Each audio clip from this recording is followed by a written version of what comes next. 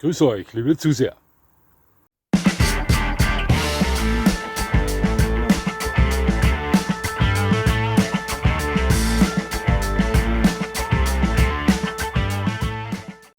Nochmal herzlichst willkommen, liebe Zuseher, hier auf meinem Kanal. Ich freue mich sehr, dass Sie da sind. Purer Rock and Roll, oder? Ja. Der Marley, ein Superstar. Der Working Dog, der Working Dogs. Der Freund und Helfer des Freund und Helfers, nämlich der Polizei.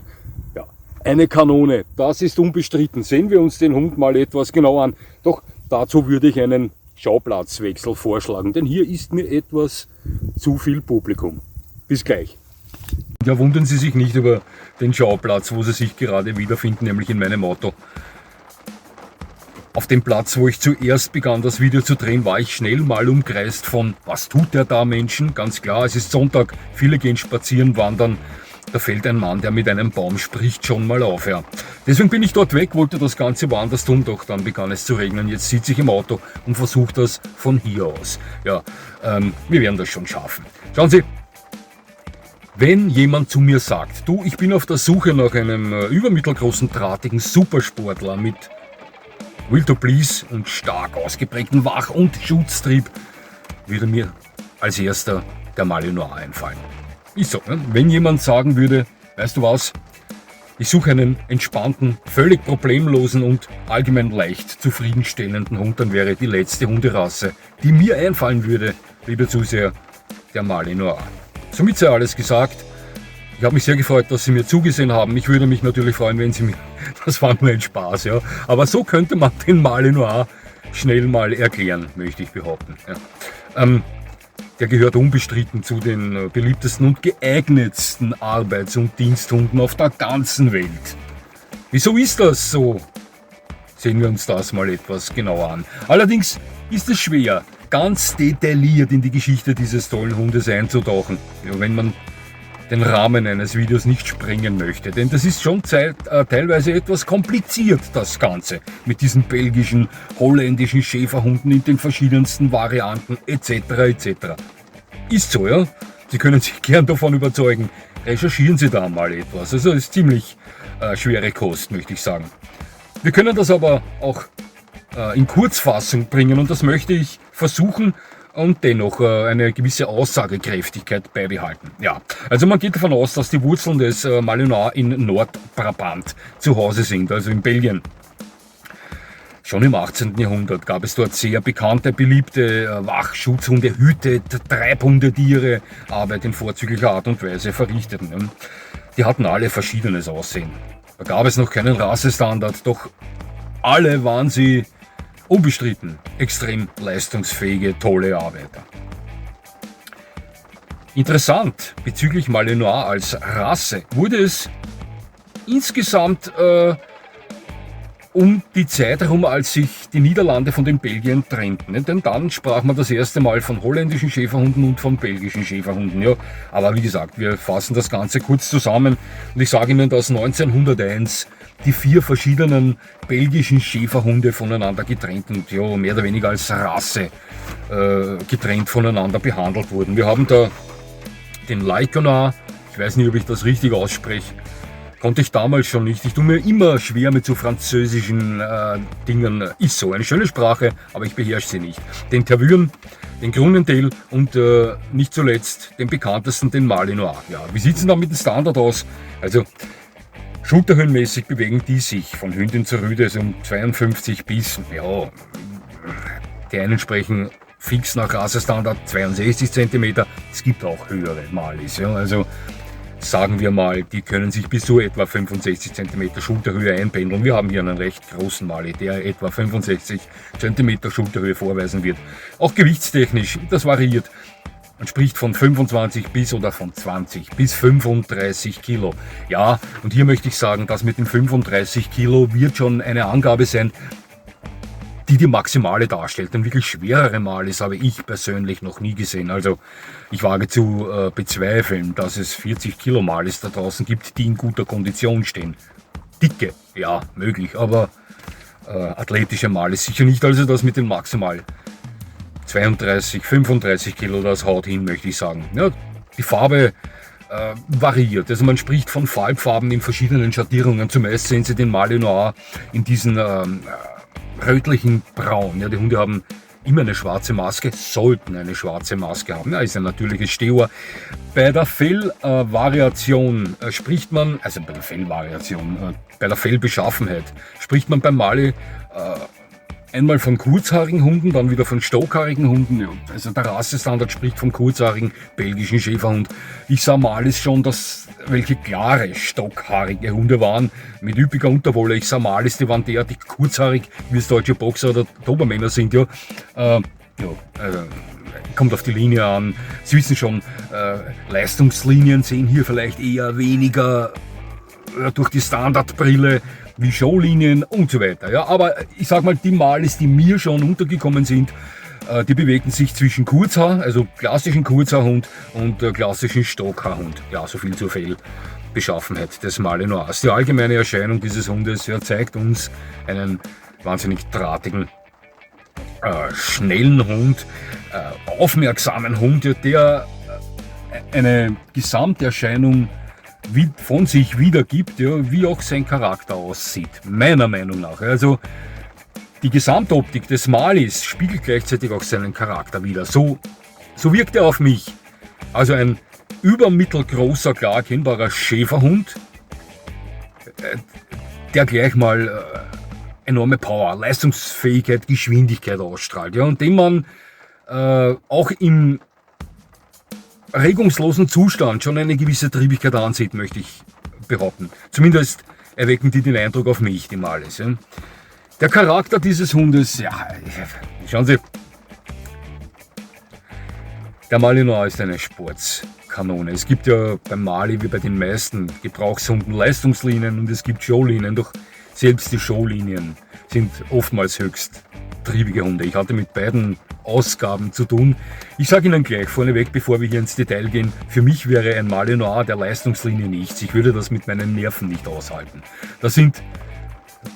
Also was soll ich Ihnen sagen, wenn mich wer fragen würde, kannst du mir den Malinois, den ich noch nie gesehen habe, so beschreiben, dass ich ihn mir vorstellen kann? Ja, dann würde ich sagen, stell dir einen zierlichen, etwas kleineren deutschen Schäferhund vor, also etwas schlanker, etwas kleiner, mit geradem Rücken, in rötlich-brauner Farbe mit schwarzer Maske, mit der annähernden Leistungsfähigkeit eines American Pitbull Terriers und geh von einem Feuer aus, das der deutsche Jagdterrier vorweist. Ja?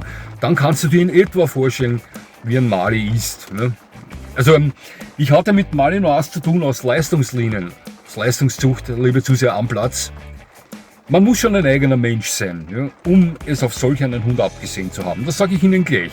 Ich traf allerdings auch schon ruhigere Malis. Wir haben hier einen Herrn, der da bei der Rettungshundestaffel mit seinen Hunden dabei ist. Der hat 2 Malis, eine Hündin, einen Rüden, die eher zur ruhigeren Fraktion gehören, sind auch sehr gut erzogen. Ja.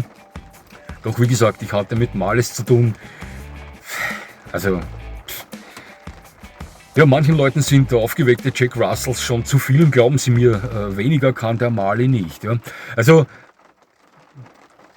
mir imponierten diese Hunde immer besonders bei der Schutzarbeit und ich bezeichnete sie damals oft als afrikanische Schäferhunde. Wieso? Nun, weil die bei der Schutzarbeit reinkamen wie gebaden und zubissen wie Krokodile.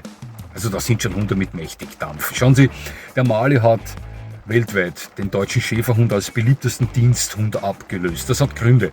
Wir hatten da mal mit unserem Club, das war schon, da ging es schon eher aufs Ende zu meiner Hundesportkarriere, also das war schon in den 2000ern, einen Vergleichswettkampf mit der Diensthundeeinheit in Wien-Strebersdorf, im 21. Bezirk. Unterordnung Fährtenarbeit, Schutzarbeit. Ja. Also das waren gute Hunde, da waren viele deutsche Schäferhunde dabei, da waren Malis dabei, da waren auch Dobermänner dabei. Ich kann mich erinnern, dass die uns in etwa das Wasser reichen konnten bei der Unterordnung. Auch tolle Fährtenhunde waren dabei. Doch in der Schutzarbeit schlugen wir die haushoch. Wissen Sie wieso? Weil speziell die Malis der Polizisten auf Kommandos nicht ausließen. Ich weiß, dass Mali wahnsinnig exzellente Schutzhunde darstellen können. Wir arbeiteten ja bei unserem Platz ebenfalls mit Malis. Ja, und wenn da das Kommando, wenn sie stehen, aus kam, dann fiel der Hund vom Arm runter. Kein Problem. Doch bei der Diensthundeeinheit in Strebersdorf damals in den frühen 2000ern ließen die Malis alle nicht ab beim Kommando aus. Ja, die benötigten alle körperliches Einschreiten des Hundeführers, des Polizisten, also ihres Diensthundeführers, oder, damit die ausließen. Und als ich damals einen dieser Diensthundeführer ansprach diesbezüglich und sagte, sag mal, was ist mit euren Hunden los, speziell mit den Malinois, die lassen alle nicht aus auf Kommando, meinte er zu mir ganz gelassen. Schau, uns ist wichtig, dass sie beißen. Auslassen werden sie schon irgendwann mal. Ja, das war deren Einstellung, aber die bissen wie Krokodile. Diesen Vergleichswettkampf haben wir recht hoch gewonnen, möchte ich sagen. In der Gesamtpunktezahl waren tolle Hunde, die Hunde der Polizei, aber unsere waren besser. Ja. Der Charakter des Mali, schaut, das ist ein typischer Schäferhund. Jeder Schäferhund stellt einen tollen Familienhund dar, wenn er gekonnt erzogen wird. Ein Hund, der klare Strukturen benötigt, wie sie auch ein deutscher Schäferhund oder andere Schäferhunderassen benötigen. Hier spricht niemand von irgendwelchen harten Erziehungsmethoden. Klare Strukturen. Ja. Das darfst du nicht, und das braucht auch ein Mali. Das ist das Normalste der Welt. Das ist eine Erziehungsmethode, die normalerweise, sage ich mal, generell als normal gelten sollte. Ja. Die braucht auch der Mali. Ein typischer Schäferhund. Ein exzellenter Wächter, ein exzellenter Beschützer. Ein Hund, der, wenn er auf Kinder gekonnt herangeführt wird, einen exzellenten Kumpel für Kinder darstellt.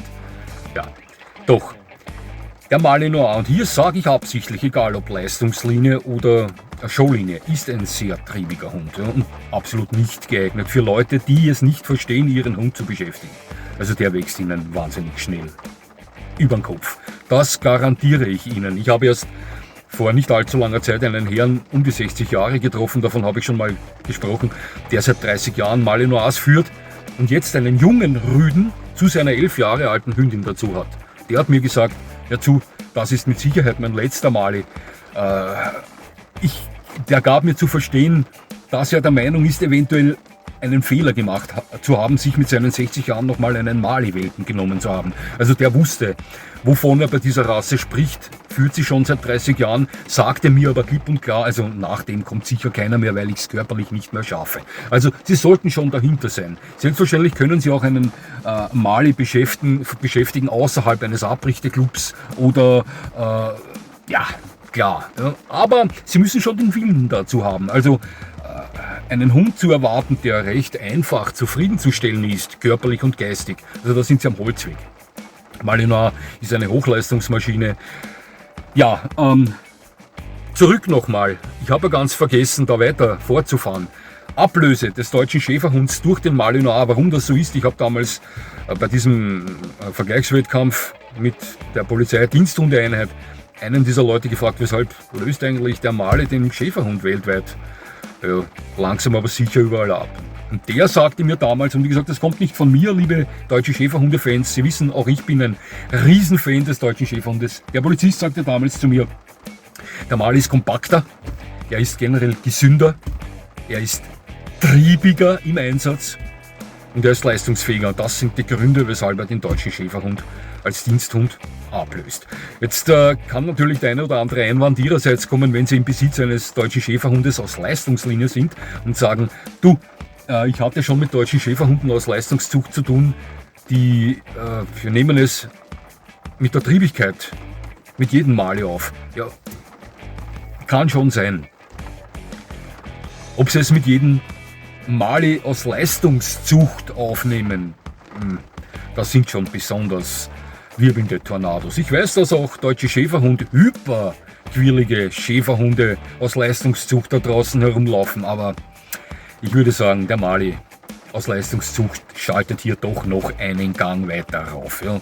Also das ist meine Meinung.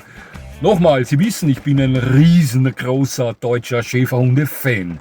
Und ich gebe auch ehrlich zu, wenn Sie mich fragen, für welchen Hund würdest du dich entscheiden? Zwischen Mali und deutschen Schäferhund? Ich würde mich jederzeit für den deutschen Schäferhund entscheiden, weil mir der Mali einfach zu viel sein würde. Wobei, nochmal, es gibt hier auch ruhigere Vertreter dieser Rasse. Eine individuelle Geschichte, eine Geschichte, die natürlich auch mit der Linie zu tun hat. Von welcher Zucht haben Sie diesen Hund und so weiter. Auf was haben Sie es abgesehen? Ganz klar. Doch die Chancen, dass Sie hier einen Wirbelwind großziehen, die sind doch sehr hoch, möchte ich sagen. Der Malinois ist ein fantastischer Hund. Nicht zu Unrecht der beliebteste Diensthund, Arbeitshund auf der ganzen Welt. Ein exzellenter Wach- und Schutzhund. Ich sage Ihnen was, diese Hunde werden nicht sehr schwer. Schwere Rüden so schwer wie mein Vito. Das sind aber 35 Kilo Power. Und ich weiß, was 35 Kilo Power drauf haben. Ich sehe das auch bei meinem Hund. Wenn der mal anständig Gas gibt. Und Vito hat eine extreme anatomische Ähnlichkeit zu Malis. Speziell zu diesen hier. Also Vito, ich werde Vito mal da einblenden.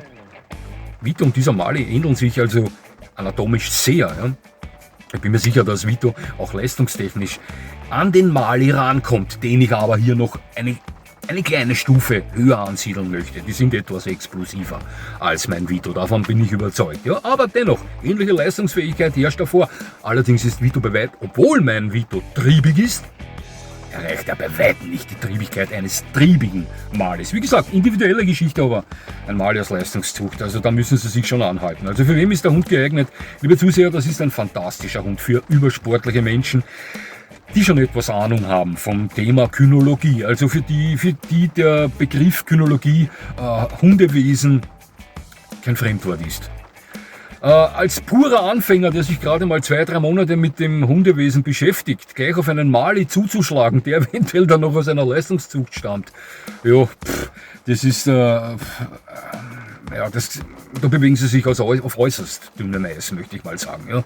Also für sportliche Menschen, die es darauf abgesehen haben, einen sehr triebigen, leistungsfähigen Hund mit stark ausgeprägten Wach- und Schutztrieb, aber mit hohen Wildoblis zu erwerben, ja, der überall mit ihnen dabei ist, gerne und das oftmals auch fordert, ja, der auch gefordert gehört, körperlich und geistig absolut nichts für Couch Potatoes oder für Menschen, die sich erst rantasten an die Materie. Ja. Aber ansonsten, mein Gesamtfazit über den Mali, eine Kanone, eine absolute Rakete, ein Superstar, ein Rockstar unter den Gebrauchshunden und das möchte was heißen, denn generell sind Gebrauchshunde meiner Meinung nach die Rockstars unter den Hunderassen, aber der Mali ist sogar ein Rockstar unter den Gebrauchshunden. Ein Hochleistungspaket noch dazu, wunderschön, aber nicht einfach. Gell? Das immer im Hinterkopf behalten, liebe Zuseher. Aber Mali-Fans wissen das selbstverständlich. So, es fängt schon langsam zu dampfen an hier im Auto. Ich glaube, das sieht man auch, denn die Kamera fängt auch schon an zu beschlagen. Deswegen werde ich jetzt dieses Video wieder beenden. Ja, es hat mich sehr gefreut, dass Sie mir zugesehen haben. Ich würde mich natürlich freuen, wenn Sie mir weiterhin zusehen. Und jetzt wünsche ich Ihnen noch einen schönen Tag und das war's schon wieder.